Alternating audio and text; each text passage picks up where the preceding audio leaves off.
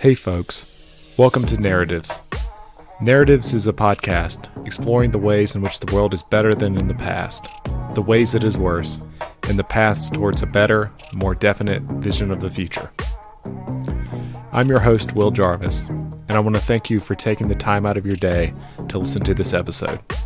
I hope you enjoy it. You can find show notes, transcripts, and videos at narrativespodcast.com. Additionally, in this episode, my friend Lars Doucet joins us as a co-host. Well, Maud, how are you doing today? I'm all right. It's a lovely foggy day in London, you know? Awesome. Well, thank you so much for taking the time to come on the show. We really appreciate it. Do you mind giving us a brief bio and some of the big ideas you're interested in? Sure. So I'm a recovering hedge fund manager. So I spent most of my career making rich people richer. Over the last few years, I decided to make the world a better place. So when I was a hedge fund manager, I used to focus on emerging markets, video games, and AI, and that was a lot of fun. And what I've really tried to do over the last few years is to bring that all together to make an impact. So one of the key things is the Education Initiative, where we're teaching kids literacy and numeracy in refugee camps and other places in 13 months and 1 hour a day. And over the last few years, it's all been about artificial intelligence. First off, being lead architect of a United Nations-backed COVID AI initiative, and then building stability over the last year to make sure the future of AI is open and free, and it unlocks all our collective potential. Nice, small mission. Very cool. I love that. Can you talk about what stability is and why it's important? So I kind of looked to the future and the AI that was coming, this transformer-based foundational model AI that's getting to human levels. And I was like, that's cool. You know, it's going to be amazing. But then I realized it can only come from big companies and it would be closed. And Web 2, as it were, the classic web, it was AI taking advantage of our attention everywhere, right? We were the product. That's why it was free. Right. I was like, holy crap, this is going to be much worse. We need to, A, have something open so we can have our own AIs.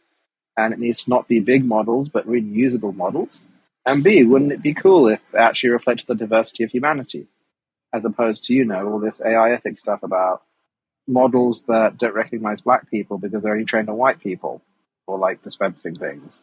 Like, what if we could actually make AI diverse and open? It's got so powerful, it can really advance us as a race and help fix some of this broken stuff that's hitting us. Because society is just chaos. So I was like, what's the opposite of chaos? Stability. Let's call it that.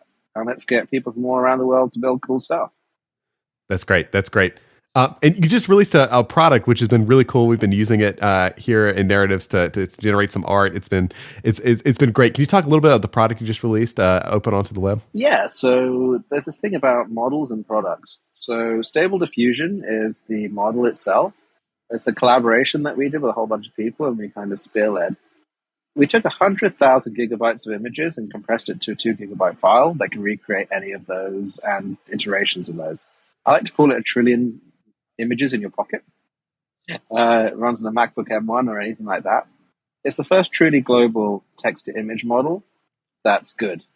So it's fast enough, good enough, and I'd say cheap enough because we run it over hardware, that a whole ecosystem can build around this. So that was kind of our wedge products, and then we've got audio and video and other things coming. But we think this will make a big difference. So can we talk a little bit about the openness aspect of it? I want to later in this conversation dig into some of the controversies too and just meet them head on. But let's start with the open aspect. You know, there's currently, for people who haven't been following the AI art train, you have what is it? OpenAI's product, which is DALL-E. And then you have Google's product. I forget what they call it. I don't think there's even like I don't think anyone can even use it. They just have written a paper about it.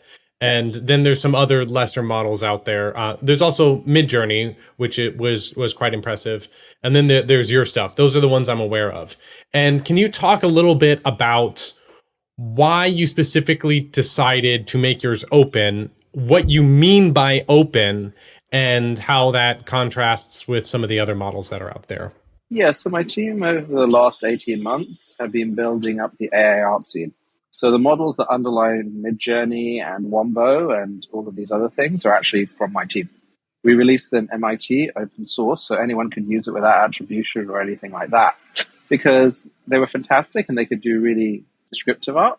but by themselves, they weren't good enough to do potentially challenging art, shall we say, for images.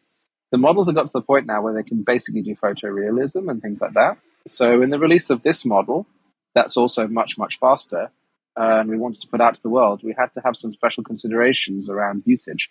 This is one of the reasons that Google hasn't released their model DALL-E is behind a wall, which is, sure, it can do amazing things in that it gives you wings as an artist. It's like a freaking motorcycle for the mind. It's like letting you paint. But then what if people use it for bad things? And this has been the whole ethics debate focused on bad rather than good. And it's a complex one. Like, what if people use it for bad things because it's good enough? So in the release of this, it's not a classical open source model. Instead, it's a public release model with a range of mitigations, such as a bad stuff classifier that's there by default and an ethical use policy. So it's public release and anyone can use it, but it's not truly like you can use it for anything. Obviously, you shouldn't use it for anything illegal, anything unethical.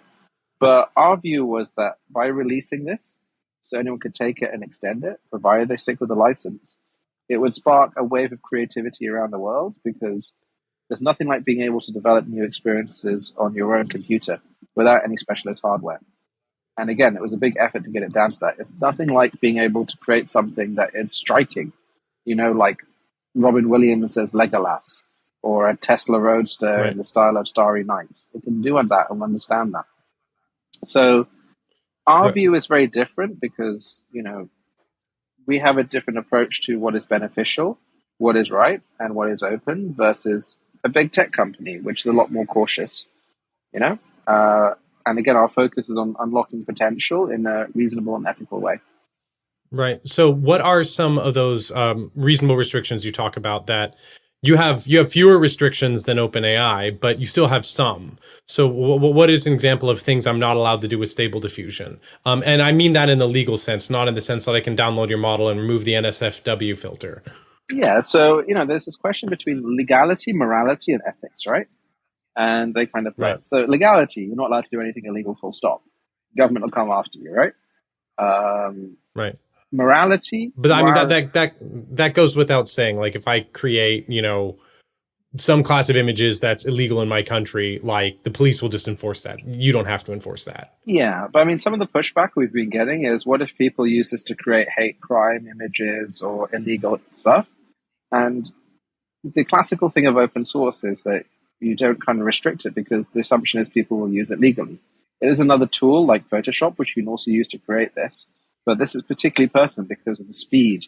And so there is a question, like, is it ethical to release something that can create bad stuff at speed?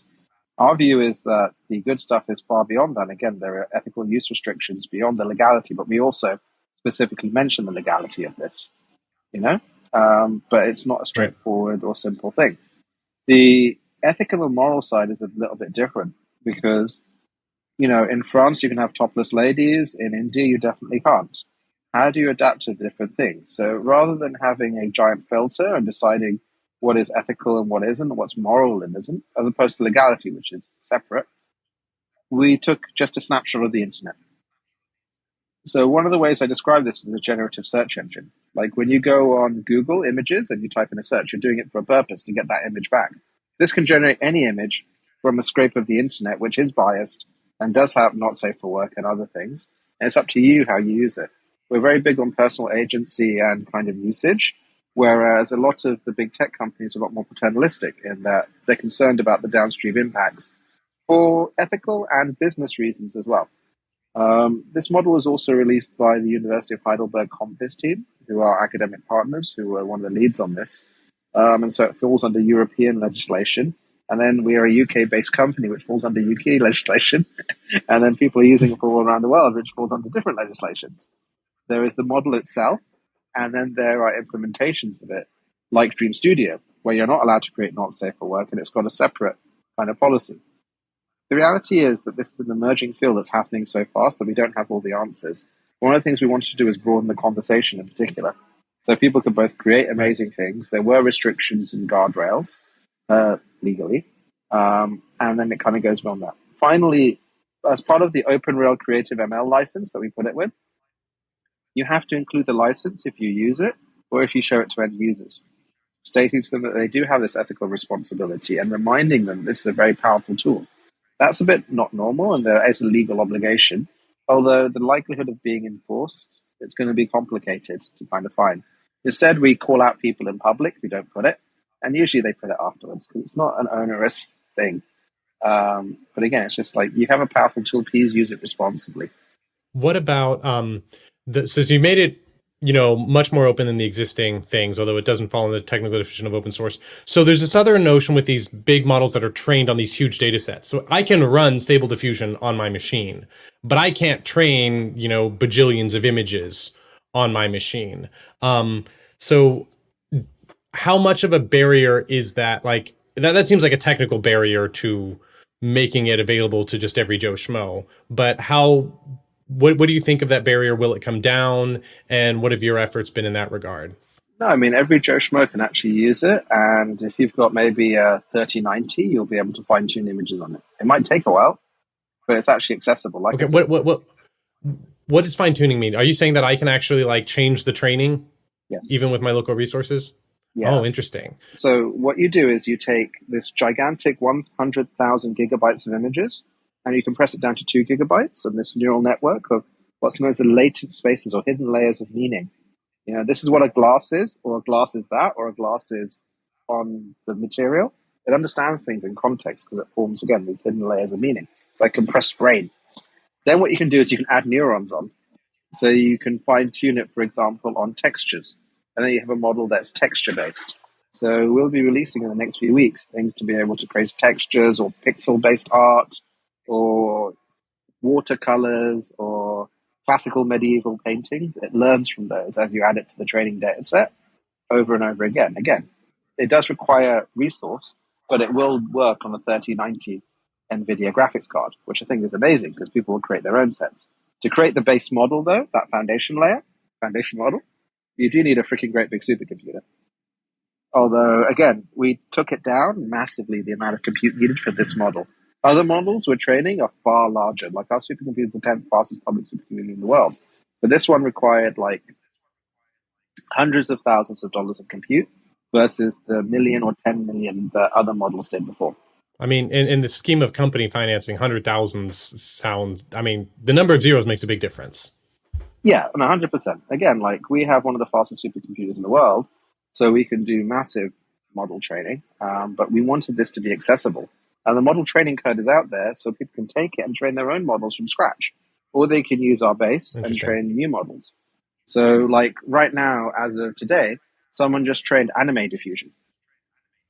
So they took the Dambaru data set and they created 75,000 images and they've implemented it there. That's now available to the world for a specific anime model. And we expect there to be a Ghanaian model, a Malawian model. We expect there to be a model just for, I don't know, fur. There'd be furry kind of things. I'm sure people will make specific models. Like our business model itself is that we're going into content providers and we're saying, let's tell your static, boring content intelligent. So you can have video game characters, you can have beloved IP, you can have all of Bollywood in custom models, and then you have a range of accessibility to content that's smart. Can you lay out your specific vision for going back to the goods? A lot of people focus on the bads, but you want to focus on the goods. What are the goods as you envision them? And in this week since it's been released, all these advances have come out. Is it what you expected? Talk about your vision for why this is going to be brilliant and how you would put that in your own words. I have a vision of an intelligent internet where every person, company, culture, and country has their own AI across modalities talking to each other, augmenting our potential. And it takes our combined information and compresses it to knowledge, and in our context, it gives wisdom. So we don't have that right now. We don't have anyone looking out for us. Instead, it's centralized, and it flows through Facebook and others' pipes, right? So that's what I'm trying to make it so anyone can build these models for themselves, for their company, country, culture. And that's the big vision of the future. In the week that week and a half it's been launched, maybe it's 2 weeks now, actually, 2 weeks to the day. I think we were meant to have this recording on the day of release and it was a bit mad. Thank you guys for rearranging. We've had 100. Probably better this way. Yeah. We've had 100,000 developers downloading it. And amazing stuff from animation to being able to flip it and figure out the words that create an image, textual inversion, and all sorts of things are being created by the community, which we've supported.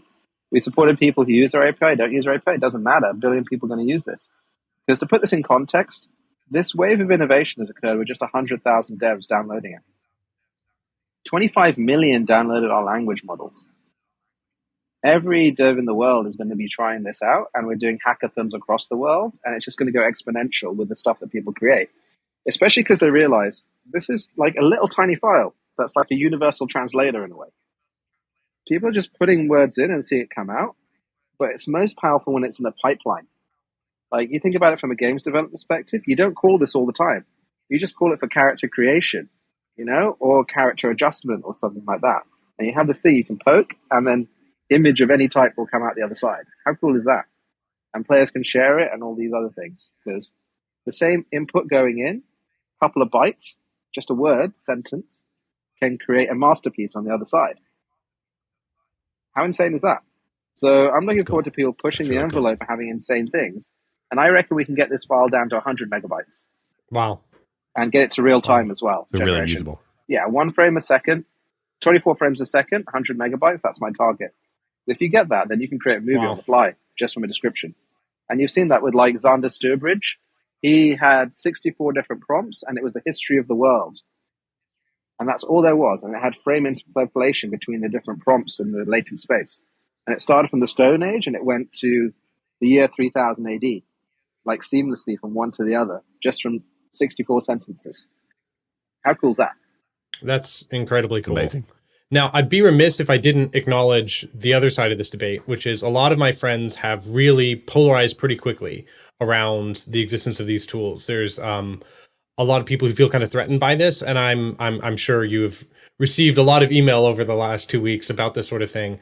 There now seem to be all sorts of people are creating all sorts of interesting positions, like I will use this, but I will never use it to recreate the style of a living artist, or it's unethical to use generative AI art for reasons or whatever. And I was wondering, what arguments have you heard, and are there any that you find persuasive or coherent, even if you don't agree with them specifically? I think fears are understandable. Anytime you have a big change, there will always be fears, and you can't dismiss them out of turn. I think that it's a complex thing, and again, more voices need to be heard in this, because previously it was just people deciding that you couldn't have the technology. Now the technology is out there. The question is, whose responsibility is it? We want to be a leading voice in having these discussions, so we're working with various parties on things like artist fingerprinting tools, so they can opt out if they want. Because style isn't copyrighted, but you still might not want your style copied, you know? There are kind of other people who are saying that there are valid discussions around the dangers of this for misinformation and other things. What we're trying to focus on is building tools to combat misinformation and getting the awareness of this up, because we know state actors have this. This is something we found with our language model papers, where a lot of the pushback was, what if this is used for bots? Well, guess what? The bad actors have the bots, and they had access to these models before they went open source. Open source kind of wasn't the thing. So I think that the main things here are that, you know, people feared for their livelihood, people feared for the negative impacts. Those are the two main arguments here. I think with the livelihood, there'll be brand new industries created from this. Like if you get in now, you're in the early doors of a technology that's going from 5 million to 1 billion people, and will be in everything we see. There's no way you won't make money off that if you're trying to make money, and it automates the boring parts of art in some ways, in my opinion. Again, we may disagree with that. I think that the nature of the negative stuff is I trust the community more than I trust large corporations and institutions to deal with that effectively. Like I have a real large amount of trust in humanity. And again, we've seen people building all sorts of amazing stuff, and people using it for not safe for work, but still legal stuff. You know, like again, it's up to us as a society to figure out what's good from bad, as opposed to it being decided for us, I think. What is an example of something that you were surprised by, that you were also delighted by, that came out of this? Like something like you would hold up as like, this is a shining example of what our technology can do, and it wasn't possible before. Image to image taking children's little sketches and turning them into beautiful art is like one of the most amazing things. That's cool. Like seeing it live in front Was of your that planned? No, I didn't realize that it'd be quite like that you could just draw a basic shape and then all of a sudden, boom. Or take like a Lego thing that you built and it becomes an entire scene in the style of GTA 6 or something like that. Like, that was just awesome. Also, the other side, turning images into text. I didn't think we'd get there quite so fast. We sponsored research in it, but now you can go both ways. And the probability of that's just mind-boggling. You know? Like, I posted a tweet. I was watching Silicon Valley on HBO, and I was like, we created a compression engine to create a new internet. Like, I'm freaking Pied Piper, in a way, if we can go both ways. Like, I hope I'm not Ehrlich, you know? Or Dinesh. But anyway. Absolutely. Well, Ahmad, I wanted to ask you now about AI alignment. A lot of people are pretty concerned with AI aligned with human interest and what could go wrong if that's not the case. You've pushed a lot of innovation in the space, which has made people more concerned because they think the timelines are getting closer up to, a lot of people think about 15 years away from human grade AGI, artificial general intelligence. What do you think about AI alignment? How concerned should we be? And if so, if you are concerned, what are you doing about it at Stability? Right, so I think that's a great question. I think AI alignment is one of those difficult ones because you don't know it till you've seen it, and no one really knows what it looks like, right? So if you look at the metacalculus kind of projections for it, it's like just 5 years out, 10 years out, nobody knows. Because the pace that we're going, if I told you a year ago that you could make a cat night or whatever, or like the level of quality, you'd be like, nah, it wouldn't happen, right? Like when GPT-4 hits and it can do AP bio exams or whatever it's going to do, you'd be like, wait, what? Like being able to solve IMO problems. Like I remember the initial math but that was hard. And now kind of they can do it with OpenAI, like in DeepMind. Like, holy crap. I think that the original Eleuther team some of them are with Stability now, and some of them went to set up Conjecture to do alignment as an alignment startup, similar to Anthropic. It's been a big focus of ours. But what I personally believe, and again, this is my personal belief, is that the best way to do alignment and reflect human values is to make it so AI is human in terms of the diversity of humanity, or humane, shall we say. So our approach has been to allow smaller models to be there for everyone, every person, culture, company, country, effectively, across the modalities. And the closest thing to here that I see is Gato. So Gato by DeepMind is a giant autoregressive model that's 1.3 billion parameters based on reinforcement learning things that shows elements of generalization. But if you don't have in your data set, like Indian ethics and Chinese ethics and other things, what are you going to have, right? That's going to be very different to if you have a Western-oriented pile or Common Crawl or other things where you're stacking more layers. This is also the implication of the DeepMind Chinchilla scaling paper. So the naive interpretation of that is about train for more epochs till you get Chinchilla optimal kind of outcomes. And one of the things we're doing is Chinchilla optimal language model scaling suite. But the real upshot of that is about better data. And what does the better data look like? So one of the things that we're doing is in our education initiative, we've been educating kids in 13 months and 1 hour a day without internet in refugee camps. We're getting the remit to educate millions of children, and we're going to build the best open source system, inviting the world to do that.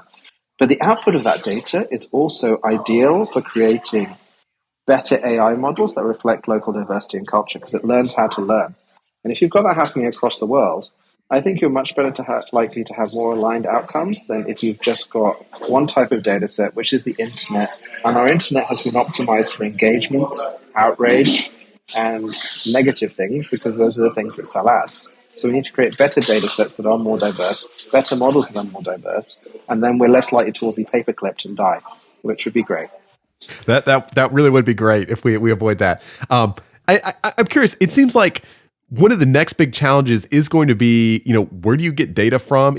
Lars has talked about this a lot. Like, what happens when you kind of run out of data that's available on the internet? Like, what do you do next, and how these things can kind of be put together? Lars, do you want to talk about that a little bit? You might be able to frame this question well. Yeah, there's two kind of aspects to it. It's like, one, I feel like you mentioned Chinchilla, and there was an article, unless wrong, by Nostalgia Braced about Chinchilla's wild implications, kind of implying that it might actually be the case that we're now data bound rather than scale bound.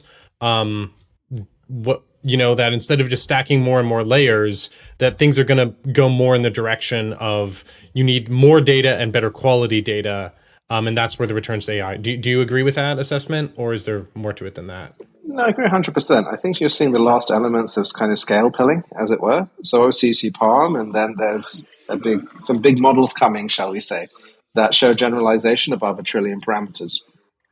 But they're not flexible and dynamic enough. So one of the things about putting out our models is that a lot of people will use it and then combine them in different ways to have various outcomes. But it is about data quality, because we've moved from big data, which then targets WHAL or LARS, etc., to big models that use structured data.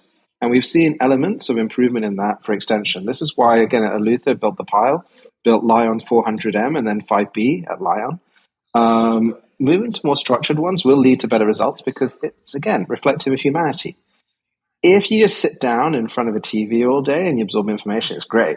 But if you have a structured lesson that's optimized, it's always better.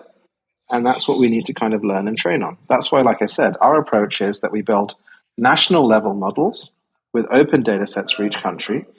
In the middle, we go to the broadcasters and IPs and other content and build models for all of these companies and corporations. And from bottom up, we build educational models for Malawi, for Bangladesh, for other countries, where it learns how to learn between 5 and 18, because that's the best to teach. In fact, it's reinforcement learning with human feedback, right? So GPT-3 is 175 billion parameters. When you see how it's used, because it's about how you use the models, not how the models use you now, you can compress it down to 1.3 billion parameters, which is what you use in the OpenAI API. And we've got a whole lab around this on contrastive learning called CARPA that really focuses on these elements to build our new code models and other things that we have coming out.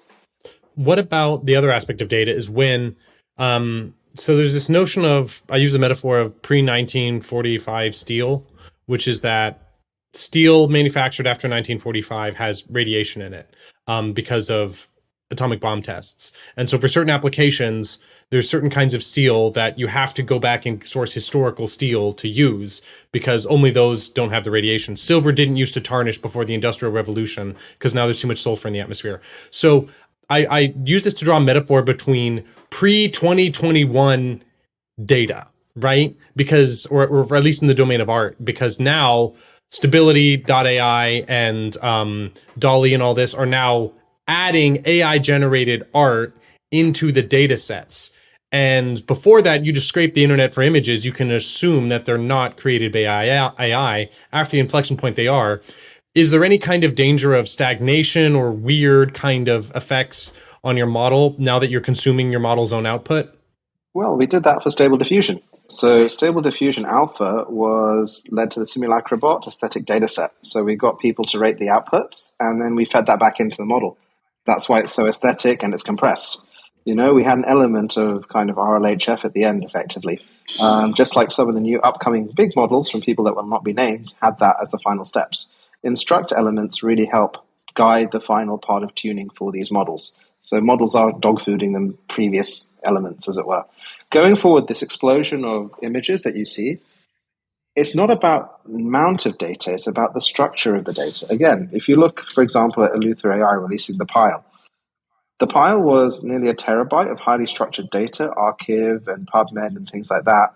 That's been used by Microsoft and NVIDIA and dozens of others because it's actually bothered to be structured. You don't need terabytes. Like, how many terabytes of things do we have? We have massive amounts.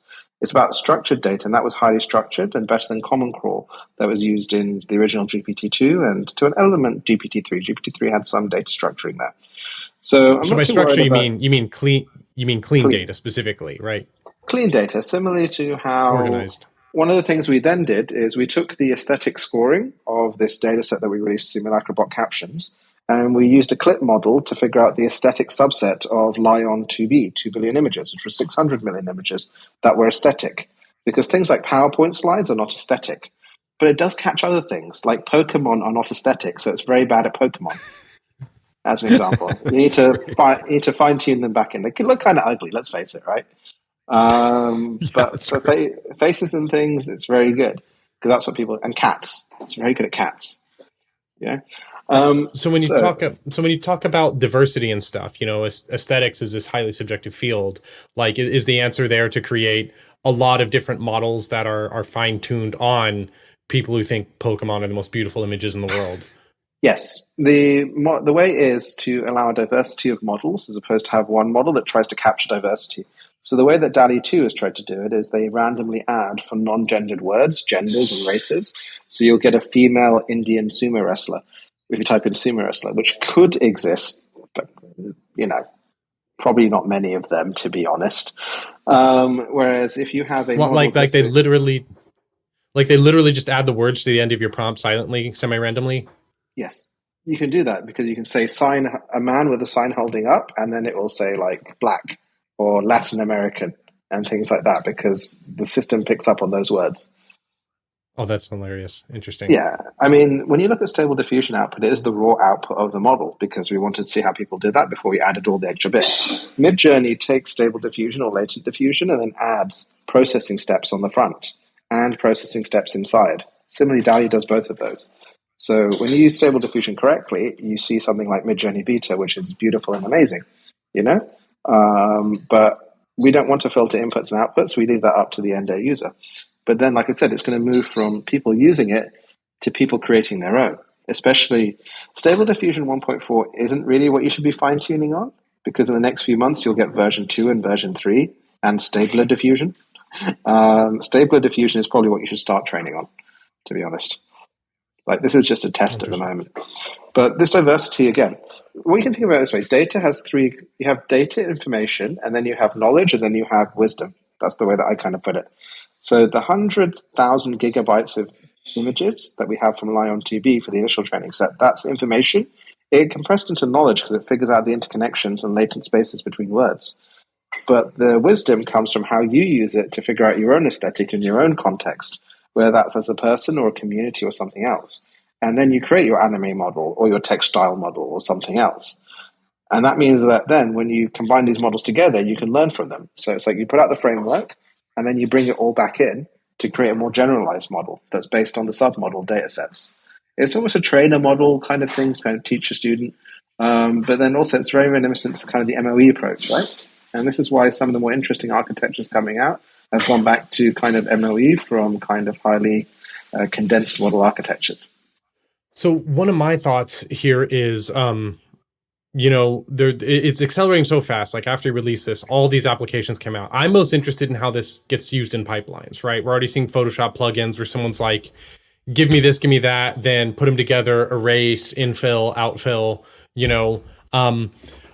is it going to be possible for this to be used in video and animation? Like, am I going to be able to create a model sheet of a character, have it understand that the cheekbones look like this, and there's always exactly this many eyelashes and little details like that, and then be able to, get a walk cycle, do things like that, animate on 2s, animate on 1s, those sorts of...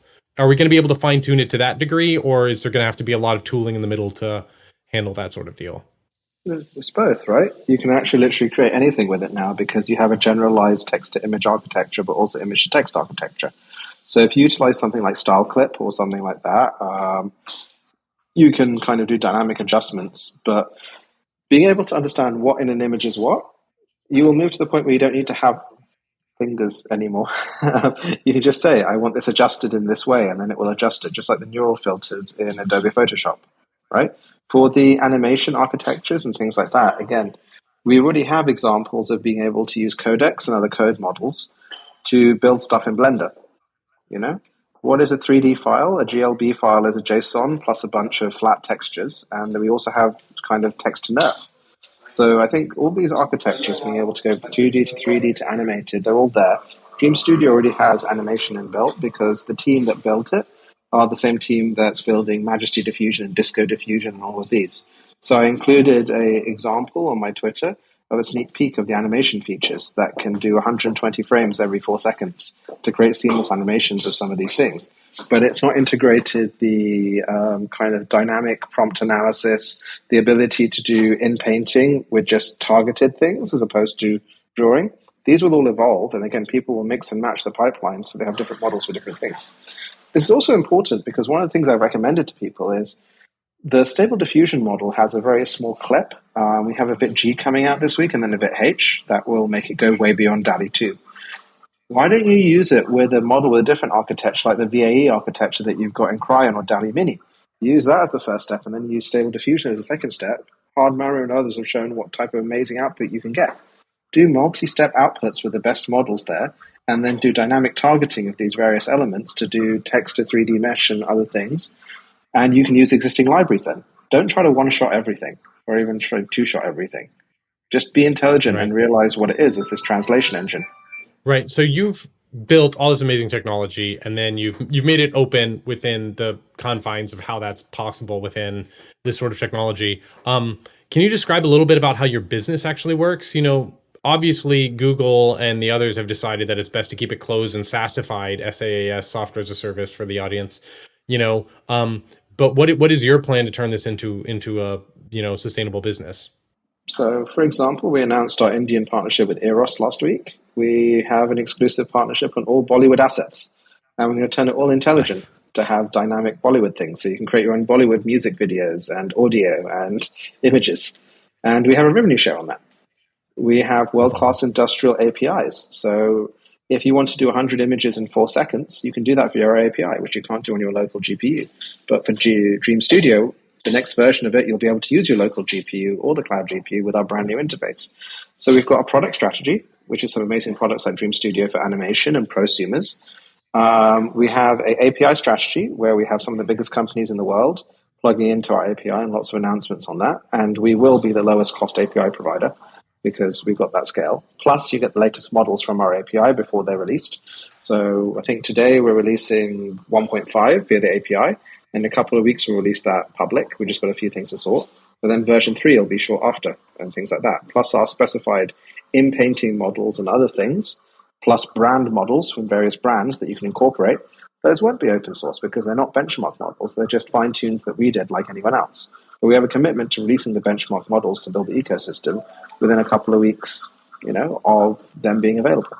So, and then the final thing, like I said, is this forward deployed thing. If you are a brand with an asset, like a game studio or a luxury brand or a cartoon or something like that, you can train your own model, but that's hard. So we can go in and train it for you. And then we support the community in training their own models. And then people will build businesses for the SME sector, training models for that. And then that will be available through our marketplace. Stability approved models, effectively. That's great. That's great.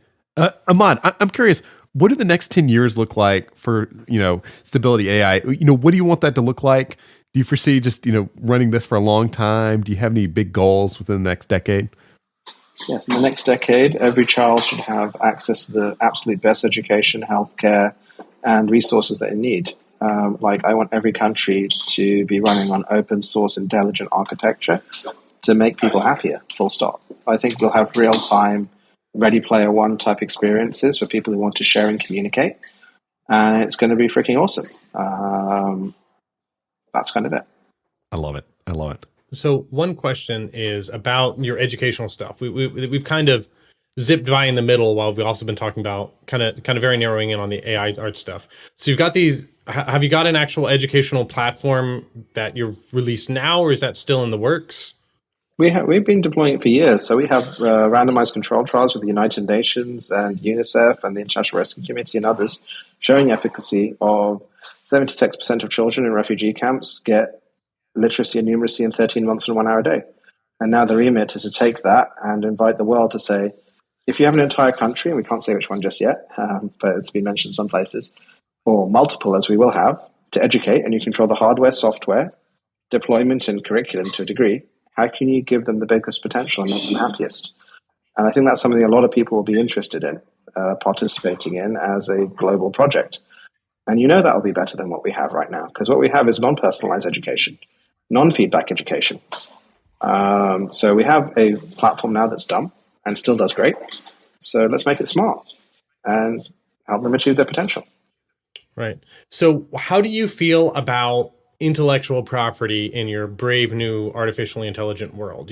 Part of your message has been you don't want to be closed, you don't want to be open. The old companies want to basically create a mainframe that you connect to do your AI. You're talking more about the people sort of owning the AIs, and rather than have one that purports to do everything, have diverse models. How does intellectual property fit into this? Who owns this stuff? Who owns the data? Who owns the models? As you see it, if you just wave a magic wand. So our benchmark models on the country and international level, that's based on open data sets and mining of public information, right? Along with UK and EU laws that are very specific on that. But then the individual person's models, that's their own data, that's their own copyright and things like that. The companies that we go into, the output is owned by that company and then licensed. So if you want to use Bollywood stuff, they retain the license, but they license it to you to use in Photoshop to have that dramatic picture of Shah Rukh Khan or whatever, So that's the vision that I have, whereby ownership goes back to the individual and the company, it's retained there. If you use stuff that's copyrighted, if you create stuff that's copyrighted, just like in Paint Shop or Paint or something like that, and you try and sell it, then you're violating copyright. And then Disney will come after you if you do Mickey Mouse or whatever. Again, do things that are right, but at least they'll now be licensed options. And I think this is the thing. When you have infinite abundance, you need to have an element of authenticity. So this is why I don't think it's NFTs. It's maybe something else. Or maybe it is NFTs, in terms of just that shortcut to support. Because right now what we did, we went to infinite abundance with things like Spotify. Took the music thing, for example, you have 1 million listens and you get $2,000. That's not right. There have to be better ways to create this, make it dynamic, make it intelligent. I don't think you need blockchains. Maybe you just need to have a trusted protocol. But that's something that's a little far away. Let's get people building models first as the primitives, and then figure out how to get them to talk to each other. I love it.